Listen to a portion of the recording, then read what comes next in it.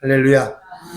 네, 오늘은 새로운 피조물에 대해서, 새로운 피조물이라는 것은 새롭게 변화된 자를 말하고 있죠. 우리는 늘 내 자신을 점검해 볼 수 있어야 되는데,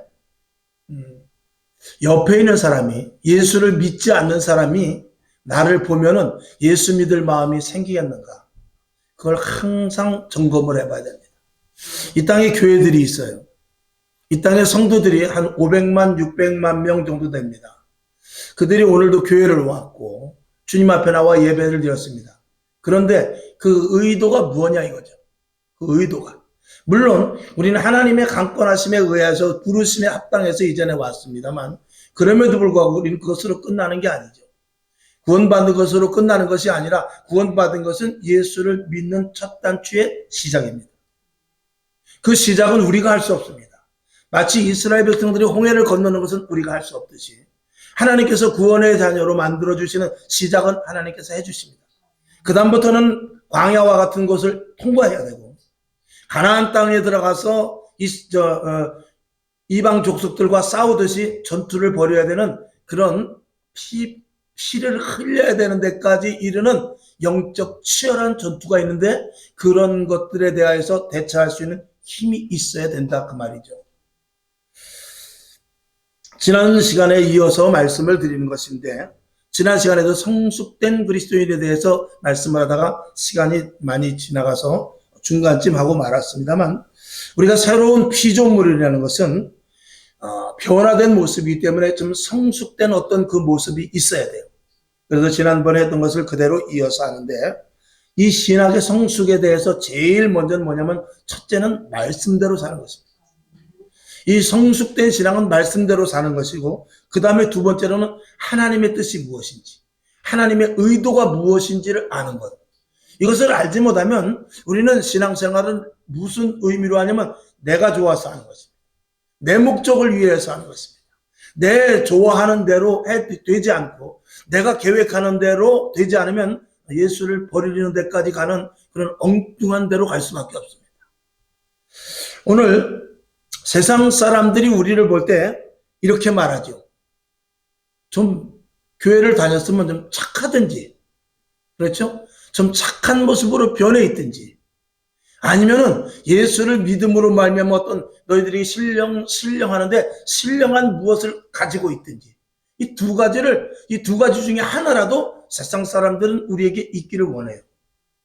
근데 그 둘 중 안에 아무것도 없다면 우리는 전도도 할 수 없고 교회라는 존재는 한쪽 코너에 그냥 몰려있고 십자가만 덜렁 있을 뿐이지 세상 사람들의 관심도 없고 지나가면서도 교회인가 보다 생각도 안 합니다. 그냥 옆에 슈퍼를 지나가듯이 그냥 지나칠 뿐이에요. 전도제 한 장을 줘도 귀찮아하고 그리고 예수를 믿자고 말해도 그냥 너나 잘 믿으세요 이렇게 되는 것입니다. 왜? 그들이 볼 때는 내가 너보다 더 착하다는 것이죠. 그리고 내가 너보다 더 공부도 많이 했고 내가 너보다 아는 게 더 많아 이런 수준에서 우리를 평가하기 때문에 그래요. 우리는 그들보다 지식은 떨어질 수도 있어요. 또 그들보다 여러 가지 부족한 부분이 있을 수 있습니다. 그러면 우리가 할 수 있는 것은 예수를 믿는 사람으로서 성경 마태복음 5장 16절에 예수님께서 말씀하신 대로 너희 착한 행실을 보고 하나님께 영광을 올릴 수 있도록 착한 행실을 갖든지 아니면 사도 바울의 말씀을 맞다나 내가 너에게 무슨 신령한 것을 주기를 원하는데 신령한 부분이 있든지 그런 것들이 있어야만 우리가 그리스도인으로서 성숙된 가치를 드러낼 수 있는 것이거든요. 근데 오늘도 나를 점검해 봐야 돼요. 내가 지금 신령한 모습이 있는가? 영적으로 어떤 깨우침이나 영적으로 남들이 세상 사람들이 알지 못하는 어떤 것들과 하나님이 왜 이 땅을 창조했으며 그리고 하나님께서 왜 우리를 부르셨으며 천국을 왜 만들어 놨으며 이 땅에서 우리가 어떻게 살아야 될 그런 의도라도 좀 알든지 아니면 헌신과 봉사로 세상에 나가서 야, 저 사람은 정말 예수 믿는 사람인데 하다못해 직장을 다녀도 하다못해 사업장을 해도 뭐가 다르구나 이런 것들을 보여줄 수 있든지 이런 것들이 없이 우리가 교회만 다니면 그저 우리는 예수를 믿는 것이 아니라 교회를 어떻게 해요? 댕기는 거예요. 댕기는 거. 그럼 오늘도 교회를 댕기는 사람이 많으냐 예수를 믿는 사람이 많으냐 한번 하나님께서는 보고 계시겠죠. 우리를 가장 잘하는 분은 하나님이십니다. 그리고 나를 가장 잘하는 존재가 있으니 마귀죠. 마귀는 우리에 대해서 기가 막히게 합니다. 하나님만큼 압니다. 그리고 내가 나를 누가 아느냐? 내가 나를 압니다. 내 신앙이 어디가 잘못되고 내가 무엇을 해야 되고 내가 어느 만큼 가야 되는지 내가 알죠. 물론 내가 나를 끌고 가기에 역부족인 부분은 있습니다.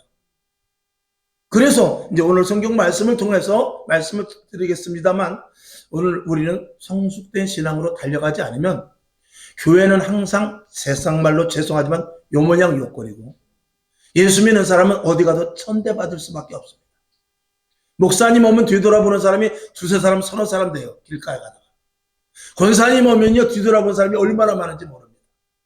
집사님 오면요, 다 돌아옵니다. 근데 그들이 지나간 자리에 휴지가 떨어져 있고 그들이 지나간 자리가 지저분합니다. 그것은 우리가 스스로 내 스스로 전도의 길을 막는 거예요.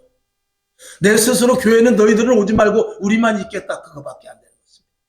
우리 안에서 영역을 만들어서 우리 안에서 그 아웃라인을 만들어 놓고 우리끼리 잘 먹고 잘 읽고 쎄쎄쎄 하는 것밖에 되잖아요. 하나님이 원하는 교회는 그런 교회가 아니에요. 우리끼리도 얼마든지 잘할 수 있죠. 그러나 그걸 과연 하나님이 그걸 원하느냐? 우리끼리 예수 믿고 우리끼리 쎄쎄쎄 하다가 우리끼리 천국 가면 되는데, 하나님이 원하는 것이 그것이 아니고, 2000년 전부터 교회가 세워져서 2000년부터 오늘까지 내려오는 데서 2000년이 지난 후에까지 교회가 복음이 전파된 것은 그렇게 사는 사람들이 있었으면 교회는 진작에 끝났다는 말이죠. 그렇게 살지 않고 사자굴에 들어가도, 또 검투사 앞에서도, 화형을 당하는 가운데서도 예수 그리스도에 대해서 분명한 확신과 그리스도에 대해서 가치를 드러내고 끝까지 주님을 변치하는 그 믿음이 전수되어 내려왔기 때문에 2000년이 지난 오늘까지 나에게 예수가 전달된 것입니다. 만약에 오늘 여기서 우리끼리 쎄쎄쎄 하면 우리 다음 세대는 그냥 끝나는 것입니다. 누가 예수를 믿겠어요? 누가 교회 안으로 들어오겠어요? 우리끼리 잘 먹고 잘 살다가 그저 수완이 되면은, 주님 만나면 끝이라면. 우리는 한 달에 이렇게 거쳐가는 리레이 주자예요. 리레이 주자이기 때문에 우리는 바톤을 받은 자들입니다. 그러면 이 리레이 계주 주자가 이 바톤을 받았으면 반드시 다음 주자에게 맡겨줘야 돼요. 주님 오시는 그날까지 그게 계속 돼야 되는데, 내가 바톤을 받았는데 그 바톤을 가지고 혼자 뛰면 안 돼요. 그리고 바톤을 다음 주자에게 주지 않으면 안 된다는 거 말이죠. 그러면 그 일을 이때까지 우리 선배들은 해왔는데 우리는 뭐하냐 이거죠. 지금 이 시대는 2000년이 지나면서 교회가 점점 줄어들었어요. 코로나 때 교회가 10,000개가 없어졌어요. 성도들이 300만 명이 이탈이 되었어요. 그럼에도 불구하고 우리는 굉장히 기쁩니다. 우리는 오늘도 좋다고 이 자리에 나와서 예배드리고 있어요. 하나님이 보실 때 니들끼리만 믿냐? 이렇게 말할 수 있다 이거죠. 우리는, 제가 여러분들에게 강력하게 말씀을 드리는 것은 참 죄송할 수 있어요. 왜냐하면 오늘도 예배 안 나오신 분들, 이탈된 자들, 그런 분들이 들어야 되거든요. 근데 학교 가면은요, 학교로 만약에 선생님이 출석을 부르는데 결석자가 많으면은 선생님이, 지금은 그렇지 않지만 옛날 같으면 출석부 들고 있다가 결석자가 있으면 출석부를 집어 던지죠. 왜 이렇게 많이 결석한 거야? 근데 결석한 놈은 거기 없거든요. 결석한 놈은 거기 없는데 왜 이렇게 결석이 많은 거야? 그리고 책상을 치고 출석부를 집어 던지. 앞으로 결석하면 알지. 아니, 앉아있는 사람은 잘 나온 학생들이에요. 근데 책망을 받는 것은 무엇입니까? 더욱더 있는 우리들끼리라도, 지금 나와 있는 학생 여러분이라도 잘 나와서 공부 열심히 하고, 여러분은 빠지지 마세요. 그 의도 아니겠어요? 오늘도 제가 드리는 말씀, 사도들도 그렇게 전파했고 믿음의 모든 선배들이 그렇게 전파했어요. 오늘도 이 자리에 나와 있는 여러분들이 들을 귀가 열려서, 여러분이 이제는 나가서 지금 이탈된 자들, 오늘 아직 예수를 모르는 이들, 또 힘들고 지친 이들을 다시 이 자리로 와서 예수 믿고, 그리고 주님 오시는 그날까지 그 복음이 계속 전파될 수 있도록 최선을 다해야 될 줄로 믿습니다. 아멘. 말씀의 시작이면서 결론입니다. 자, 그래서 몇 가지 주보에도 있습니다만 몇 가지 한번 말씀을 나누면서 오늘 이야기를 하죠. 자, 첫째 보면은 늘 예수 그리스도와 동행해야 됩니다. 이게 성숙된 신앙은 항상 주님이죠. 그러니까 길거리를 가다가 돌뿌리만 걸려도 그때 주여 소리가 먼저 나오죠. 예수가 없는 사람은 아이고 열려들이 나오지만 예수 믿는 사람은 아이고 주여 소리가 먼저 나와요. 그건 뭐냐면 항상 주님과 동행하는 자의 일단 겉으로 드러난 그 증표가 보여지는 것이죠. 고린도후서 12장 7절을 한번 볼까요? 시작. 고린도후서 12장 7절 시작. 여러 계시를 받은 것이 지극히 크므로 너무 자고하지 않게 하시려고 내 육체의 가시 곧 사단의 사자를 주셨으니 이는 나를 쳐서 너무 자고하지 않게 하려 하심이라. 아멘. 하나님께서 날마다 나를 이끌고 가는 게 있는데 어떨 때는 힘듦과 어려움과 고통과 고난을 통해서 나를 이끌고 가게 해요. 편안하면 예수 안 믿는다 그 말이죠.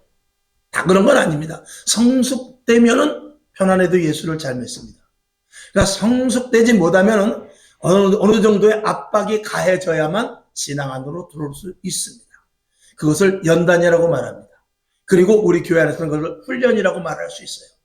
여러분 늘 주님과 동행할 수 있기를, 성령의 인도하심을 받을 수 있기를 주님의 이름으로 축원합니다.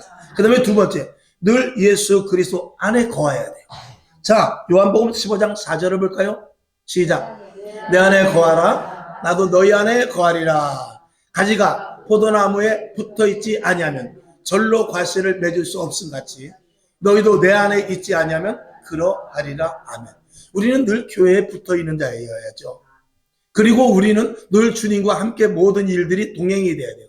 그러니까 주님에 붙어있다는 건 뭐냐면 주님이 왼쪽으로 가면 나도 왼쪽으로 가는 것이고, 주님이 오른쪽으로 가면 나도 오른쪽으로 가는 것이고, 주님이 서면 나도 서는 거고, 주님이 가면 나도 가는 거예요.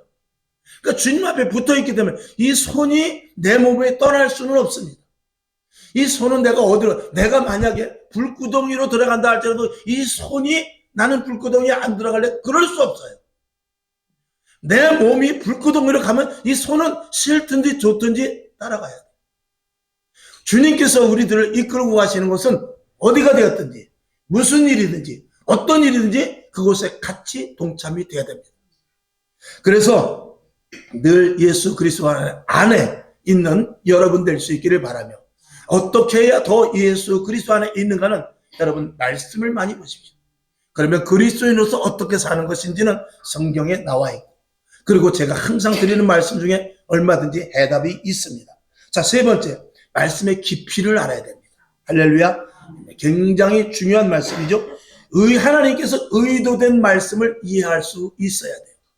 예수님께서 베드로가 고기를 잡고 있을 때 베드로의 배에 올라탔어요. 그리고 거기서 한참 설교를 합니다. 베드로는 옆에서 턱을 꼴고 가만히 있습니다. 예수의 말씀을 듣고 있죠. 아, 그래, 맞아. 끄덕끄덕 하고 있어. 한참 예수님께서 설교를 하다가 베드로야. 예. 왜요? 한번 고기를 깊은데 한번 던져봐라. 아이고, 밤이 맞도록 내가 고기를 그물을 던졌지만 하나도 잡지 못했는데요. 아니, 저 깊은 곳에 한번 던져봐. 그래요? 그때는 이미 그물을 다 거둔 상태입니다. 근데 주님께서 그래요. 분명히 거기 안 잡힐지 알지만 주님이 하나니까 내가 해보죠. 그리고 나서 거기 그물을 던졌는데 의외로 절대로 고기가 나오지 않을 곳에서 고기가 얼마나 많이 잡혔는지 옆에 있는 친구를 불러서 2배에 가득 차게 담았어요. 베드로는 깜짝 놀랍니다. 주여 나를 떠나소서. 나는 죄인으로서이다 하는 그런 그 속에서부터 그 상식적으로 생각할 수 없는 대답이 나옵니다. 그러면서 그는 왜 예수님을 떠나라고 하는가?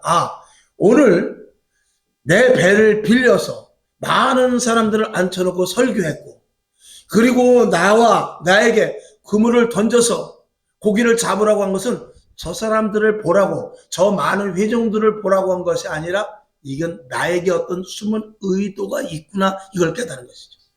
주여 나를 떠나소서. 나는 주님과 가까이 할 수 있는 그런 존재가 아닙니다.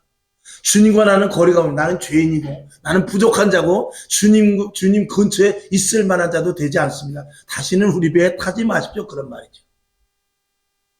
그때 주님은 말씀하십니다. 내가 이제부터 너를 사람 낚는 어부가 되게 하리라. 그리고 그는 예수님의 말씀을 듣고 그물과 배를 다 버려두고 예수님을 따라가게 됩니다. 예수님의 의도를 알았던 것이죠. 여러분은 여러분 앞에서 일어나는 모든 일들, 여러분 앞에 일어나는 모든 현상, 그리고 나에게 주어진 모든 이 조건 속에서 여기서 하나님이 왜 이런 일들이 일어나겠으며 이런 일들이 일어나고 있는 하나님의 의도를 알지 못하면 우리는 세상 사람들과 똑같습니다. 그 의도를 여러분들이 아실 수 있는 눈이 열려지고 귀가 열려지고 심령이 열려질 수 있기를 주님의 이름으로 축원합니다. 자, 고린도전서 13장 11절 시작. 내가 어렸을 때에는 말하는 것이 어린아이와 같고 깨닫는 것이 어린아이와 같고 생각하는 것이 어린아이와 같다가 장성한 사람이 되어서는 어린아이의 일을 버렸노라. 아멘. 어려서는 엄마가 다 먹여줍니다. 어려서는 하다못해 똥까지 다 치워주죠. 그러나 7살, 8살, 12살이 되는데 엄마라 똥 치워줘 그러면은 그는 어딘가 나사가 하나 빠졌든지 부족하기 때문에 그런 거죠. 정상적이라면 그럴 수가 없습니다. 밥을 다 자기가 먹어야 되고 그 또 정상적인 그 장성한 분량이 되면 어떻게 되느냐? 자기가 나가서 돈을 벌어서 가정에 부모에게 돈도 갖다 주고 가정을 꾸려나갈 수 있는 그런 성인으로 성장이 되어야 되는 것이죠. 교회 안에서도 마찬가지입니다. 처음에는 내가 대접받고 처음에는 내가 보호받고 처음에 여기 새신자들도 계시지만 처음에는 얼마나 많이 사랑을 받습니까? 근데 2년 3년 정도 되면 그때는 사랑을 받는 것이 아니라 사랑을 줘야 돼요. 그리고 새신자들이 오면 그들을 다시 끌어안아가지고 내가 받았던 사랑을 그대로 전수시켜 줘야 돼요. 이게 장성한 분량입니다. 그게 우리가 생활을 해보면 알잖아요. 저도 어머니의 사랑을 굉장히 많이 받은 사람입니다. 근데 제가 결혼을 해서 자식을 낳게 되면 그 받은 사랑을 어떻게 해야 되죠? 자녀에게 줘야 되는 거예요. 저는 어디 가서 사랑받는 게 이제는 아니에요. 나는 사랑받는 것이 아니고 내가 가진 모든 것들 손톱이 빠지기까지 자녀를 위해 희생하는 거예요. 교회 안에서도 마찬가지입니다. 장성된 분량의 사람들은 자기 희생입니다. 자기 포기예요. 그리고 누구에게? 새신자들. 그리고 믿음이 여린 자들, 아직도 믿음이 자라나야 되는데 자라나지 못하는 자들에게 그들에게 다가갈 수 있어야 돼요. 이게 장성한 분량에 이르는 자들인 것입니다. 이것은 말씀의 깊이를 아는 자들이 할 수 있는 것입니다. 아멘. 그 다음에 네 번째, 같은 맥락인데 늘 하나님께 항복할 수 있어요. 늘 하나님께 항복하는 것은 뭐냐면 하나님의 압도되는 그 어떤 힘을 거역할 수 없어야 돼요. 근데 우리는 거역하죠. 하나님은 언제든지 우리에게 의도적으로 다가와요. 하나님은 언제든지 우리에게 계시의 말씀으로 다가오고 말씀을 통해서 제단에서 선포되는 설교 말씀을 통해서 성경 말씀을 통해서 아니면 옆에 주위 사람 모든 일들을 통해서 나에게 항상 알려줘야 되는데 그 알려주시는 것을 사실은 의도된 부분들을 우리가 어느 정도는 압니다. 근데 그것을 모조리 거역하는 경우가 많습니다. 왜? 하나님의 뜻을 알아요. 내가 지금 어떤 자세, 무엇을 해야 되고, 오늘 내가 무엇을 해야 되면 지금 이런 상황에서 내가 어떻게 해야 되는지 알죠. 근데 그것을 묵살시켜버린다. 그 말이에요. 그러니까 언제든지 어린아이지 장성한 분량에 이르는 데까지 가지 못하는 거죠. 성경을 한번 볼까요? 자, 갈라디아서 2장 20절이죠. 잘 아시는 대로 시작. 내가 그리스도와 함께 십자가에 못 박혔나니입니다. 그런즉 이제는 내가 산 게 아니래요. 오직 내 안에 그리스도께서 사시는 것이라. 이제 내가 육체 가운데 살기는 하지만 나를 사랑하사 나를 위하여 자기 몸을 버리신 하나님의 아들을 믿는 오직 그 믿음 안에서만 사는 것이다라는 이 고백이 있을 때 하나님 앞에 항복하여 하나님의 뜻대로 사는 사도 바울과 같은 믿음의 선배들의 모습을 갖게 되는 것입니다. 오늘 여러분, 예수 믿는 것은 자기 포기요, 자기 항복입니다. 그래서 제일 먼저 예수 믿을 때 뭐 한다고 그랬죠? 세례를 받는 거예요.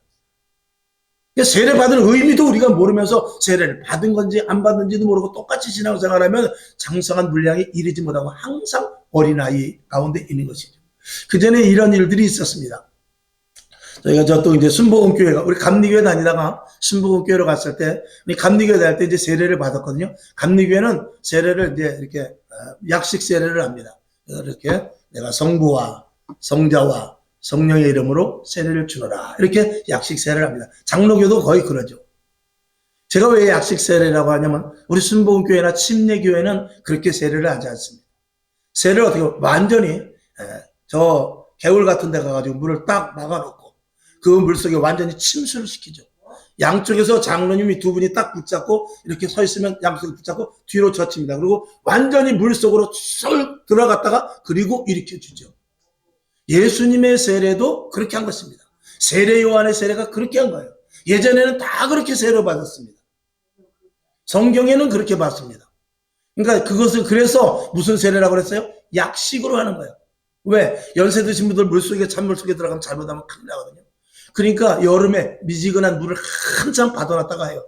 그렇다고 해서 웬만한 아주 정신이 아주 쇠약해서 뭐 8, 90 넘지 않고서는 그 정도 갖고 돌아가시거나 그러진 않거든요. 그래서 우리 순복음교회 오신 분들 중에 가만히 보니까 세례 받는 거 보니까 너무 좋은 거죠. 그래서 목사님 저 세례 다시 받고 싶어요. 그런 분들도 있어요. 약식으로 이렇게 받았거든요. 근데 물속에 들어가서 자기 자신이 한번 더 죽어보고 싶은 그런 의도가 있는 거죠. 내가 진짜 예수 믿기로 한번 다시 한번 작정해야 되겠다. 목사님 저 다시 한번 죽여주세요.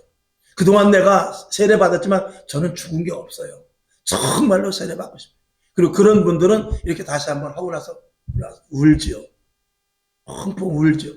울면서 하나님 내가 이제부터는 오늘 갈라디아서 2장 20절인 대로 하나님의 아들을 믿는 믿음 안에서만 살겠습니다. 내가 그리스도와 함께 죽었습니다. 그러면서 그 신앙이 180도 변환되는 것을 봅니다.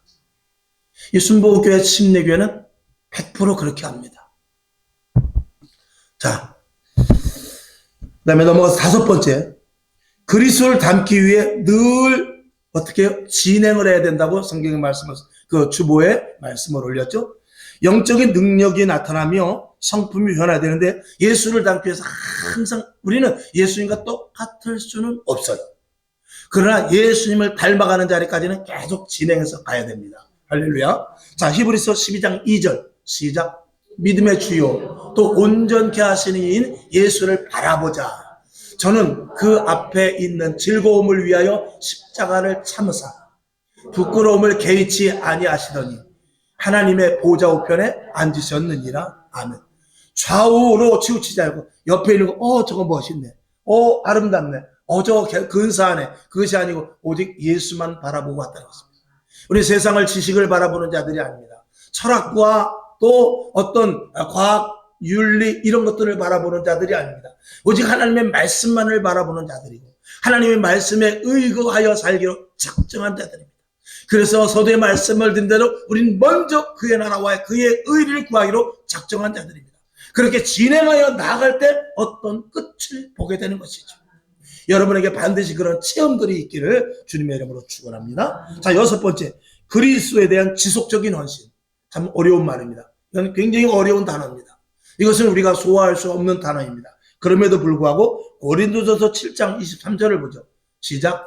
너희는 값으로 사신 것이니 사람들의 종이 되지 말라.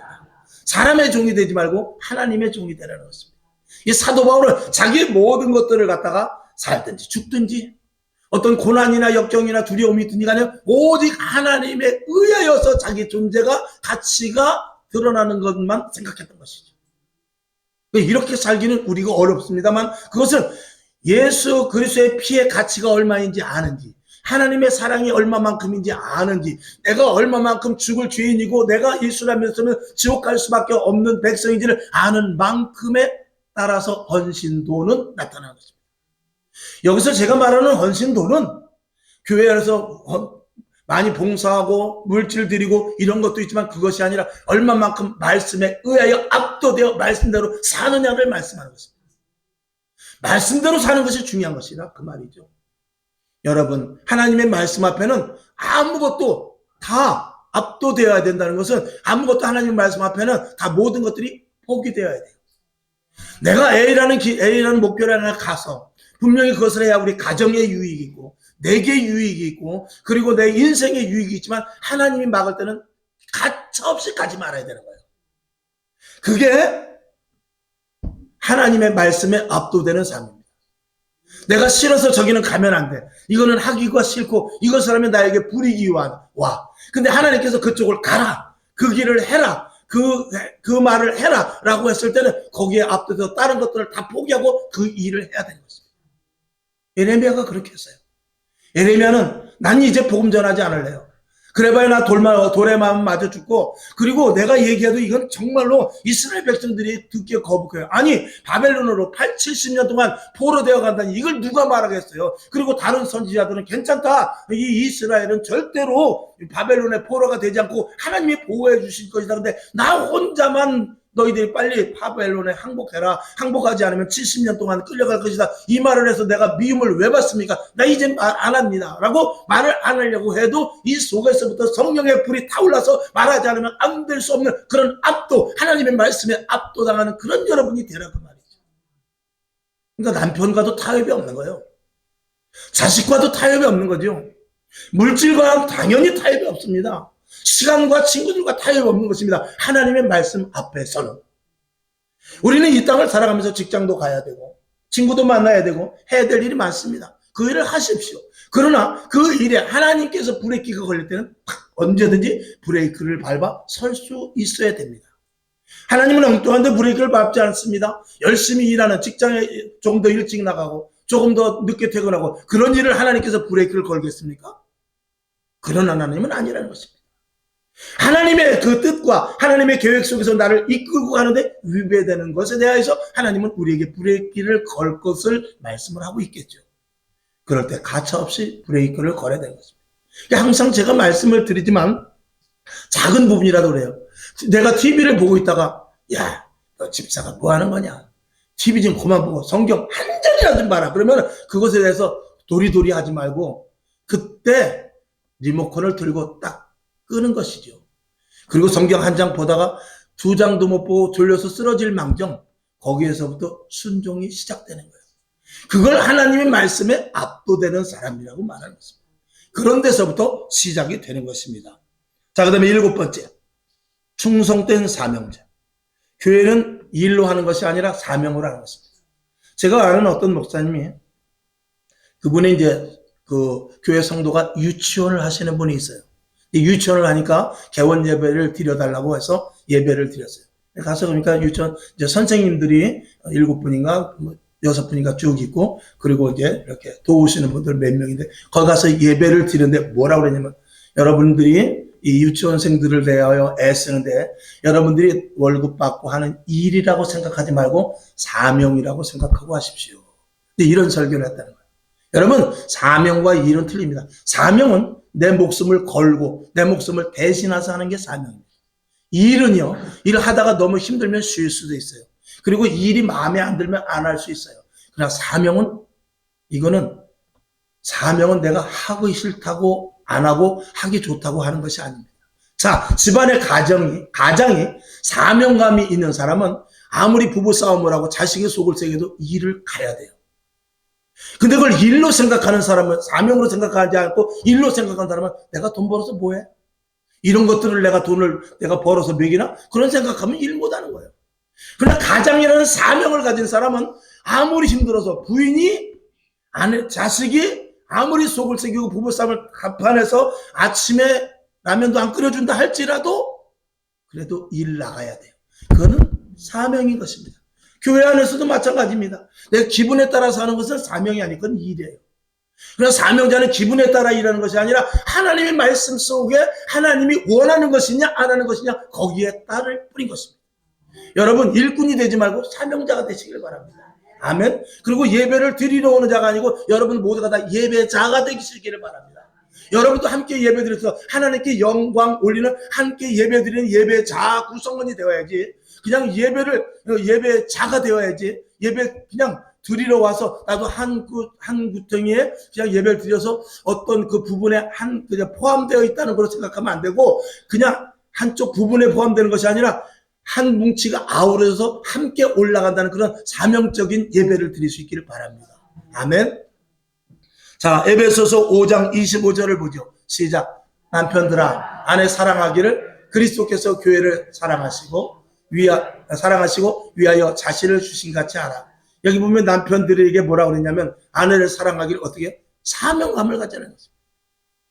아내는 남편에 대해 어떻게? 사명감을 가지고 사랑하라는 것입니다. 예수님께서 교회를 사랑하셨듯이. 자, 사도행전 20장 24절 시작. 나의 달려갈 길과 주 예수께 받은 사명 곧 하나님의 은혜의 복음 증거하는 일을 마치려 하면은 나의 생명을 조금도 귀한 것으로 여기지 아니하노라. 아멘. 이 사도 바울은 복음에 대해서 정말 귀한 것으로 여기고 자기 목숨을 다 바쳤습니다. 오늘 우리가 사실은요, 교회 안에서 사명감을 가지고 가야 되지만, 가지고 해야 되지만, 한 걸음 더 나가서, 세상에 나가서도 마찬가지입니다. 여러분의 직장에 일로 생각하지 말고 사명으로 생각하십시오. 여러분의 사업장을 일로 생각하면 안 됩니다. 사명으로 생각해야 돼요. 좀 전에 말씀을 드렸듯이 여러분의 아내를 사랑하는데 기브앤테이크해서는 안 됩니다. 저쪽에서 주지 않아도 내가 사명을 가지고 사랑해야 돼요. 남편, 아내 똑같습니다. 자녀와 부모 관계도 마찬가지입니다. 부모는 자식을 사명으로 감당해야 돼요. 자녀도 마찬가지입니다. 부모를 모시는 데 있어서 사명을 가지고 해야 돼요. 교회 안에서 모든 작은 일이든지 큰 일이든지 세상에 나가서든지 모든 것들 사명감을 가지고 하는 사람은 그 사람은 반드시 세상에서도 인정받고 교회 안에서도 인정받고 하나님 앞에도 인정받습니다. 그러나 그걸 일로 생각하면 절대 그렇게 할 수 없습니다. 제일 먼저 서두로 돌아가서 저와 여러분, 예수 믿는 사람들이 왜 세상에서 욕을 먹는다고 그랬죠? 사람이 변화가 돼서 정말 착한 일을 하든지 아니면 영적인 큰 능력이 있어서 저 사람은 정말 예수에 완전히 미쳐서 예수 믿고 변화된 사람이라고 보여지든지 이 둘 중 안에 혹은 두 가지를 다 가지고 있어야 될 거 아니냐 그 말이죠. 그런 그리스도인들이 이 땅에 너무나 적습니다. 저부터도 말씀을 준비하면서도 부족한 부분이 많지만 오늘 제가 저에게 드리는 말씀이고 우리 교회 모든 성도들이 그렇게 되기 위해서 말씀을 올리는 것입니다. 결론으로 말씀을 드리죠. 신앙은요, 세상은 언젠가도 말씀을 드렸죠. 세상은 올라갈 때도 있고 내려갈 때도 있어요. 신앙은 그러면 안 됩니다. 자라지 않는 나무는 죽은 나무입니다. 나무는 우리 눈에 보이기엔 자라지 않아요. 그래서 뭐 자라는 것 같지 않지만 그 다음날 일어나고 한 일주일 정도 지나면 어느 정도 자라 있어요. 그리고 어느 날 그 신경도 쓰지 않았는데 몇 달이 지나서 보니까 나무가 쑥 자라 있어요. 보이지 않지만 그 나무는 자라고 있었던 것입니다. 여러분, 우리의 믿음도 마찬가지입니다. 지금 당장 눈에 보기에 예배 한번 드렸다고? 기도 한 시간 했다고? 성경 한 장 봤다고? 그렇지만 그것이 나이테를 만들듯이 점차 자라는 거예요. 그리고 어느 날 봤을 때 믿음이 자라나 있는 것이죠. 10년이 지났는데도 10년 전에 처음에 우리 교회 왔을 때하고 지금하고 똑같다면 그 사람은 자라나지 않는 죽은 나무인 것입니다. 믿음은 자라나는 것입니다. 믿음은 성장되는 것입니다. 어디까지? 예수 그리스도의 충만한 분량에 이르기까지. 디모데후서 4장 7절 8절을 봅시다. 시작. 내가 선한 싸움을 싸우고 마치 나의 달려갈 길을 마치고 믿음을 지켰으니 8절. 이제 후로는 나를 위하여 의의 면류관이 예비되었으므로 주 곧 의로우신 재판장이 그날에 내게 주실 것이니 내게만 아니라 주의 나타나심을 사모하는 모든 자에게라. 사도 바울은 말합니다. 나뿐만이 아니고 너희들 모두가 다 면류관을 받았으면 좋겠다라고 말씀을 하고 있는 것입니다.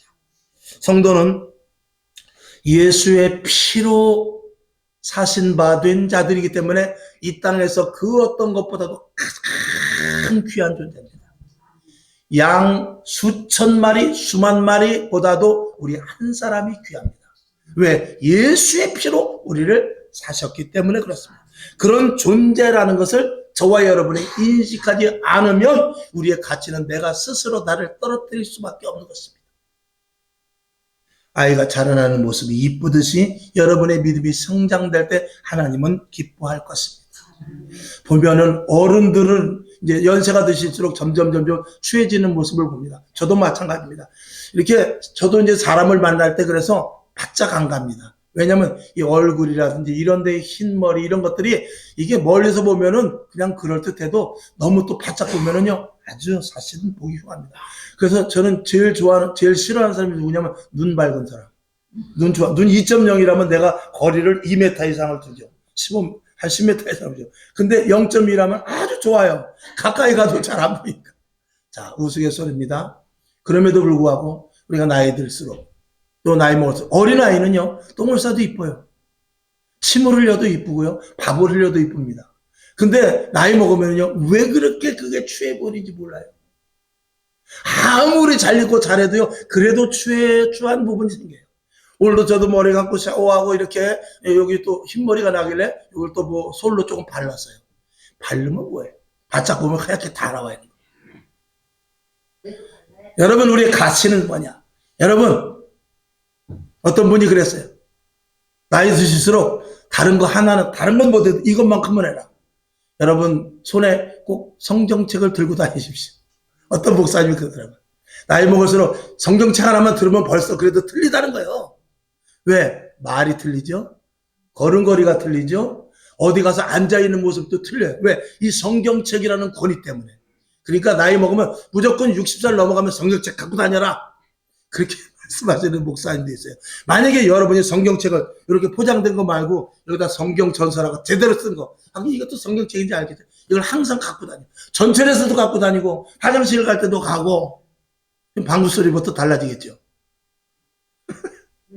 누구를 만나도 이걸 갖고 다니라 이 말이에요. 그러면 이거 있으면은요, 이걸 올려놓고 대화를 하면 어떻게 되겠어요? 이게 없을 때 대화하고 틀리겠죠? 한번 시도해 봄직합니다. 아니, 나는 그것도 무거워서 못 갖고 다녀. 그러면 머릿속에 아주 절대적으로 내 앞에 성경책이 있다. 내 앞에 성경책이 있다. 그렇게 생각하고, 그거를 뭐죠? 하나님을 인식하는 겁니다. 주님이 내 옆에 계시고, 주님이 나를 보시고, 주님이 나를 붙잡고 계시며, 주님이 내 앞서시고 뒤에 계시며 옆에 계시고 나를 호위하시고 나의 말 일거수일투족 머리카락 하나까지라도 세신바 되었다는 것은 나와 함께 하신다는 의미예요. 어디 있든지 하나님이 나와 함께 하시고 주님이 나를 불꽃 같은 눈동자로 지킨다는 그 하나님을 인식하며 살아가는 삶을 살 때 성숙된, 장성된 신앙이 될 줄로 믿습니다. 우리 한번 따라와 합시다. 하나님을 인식하라. 하나님을 인식하라. 아멘. 기도하겠습니다. 아버지 하나님 감사합니다. 오늘 말씀 성장된, 성숙된, 장성된 분량에 이르는 새로운 피조물로서의 사는 모습에 대해서, 자세에 대해서 잠시 말씀을 올렸습니다. 하나님 아버지 은혜 받게 하여 주옵시고 그대로 듣고 흘리는 것이 아니라 잊어버리는 자가 아니라 그대 행하게 하여 주셔서 진정한 그리스도인에서 가치를 드러내는 하나님의 자녀들 되게 하여 주시옵소서. 예수님의 이름으로 축복하며 기도합니다. 아멘. 성찰하도록 하겠습니다.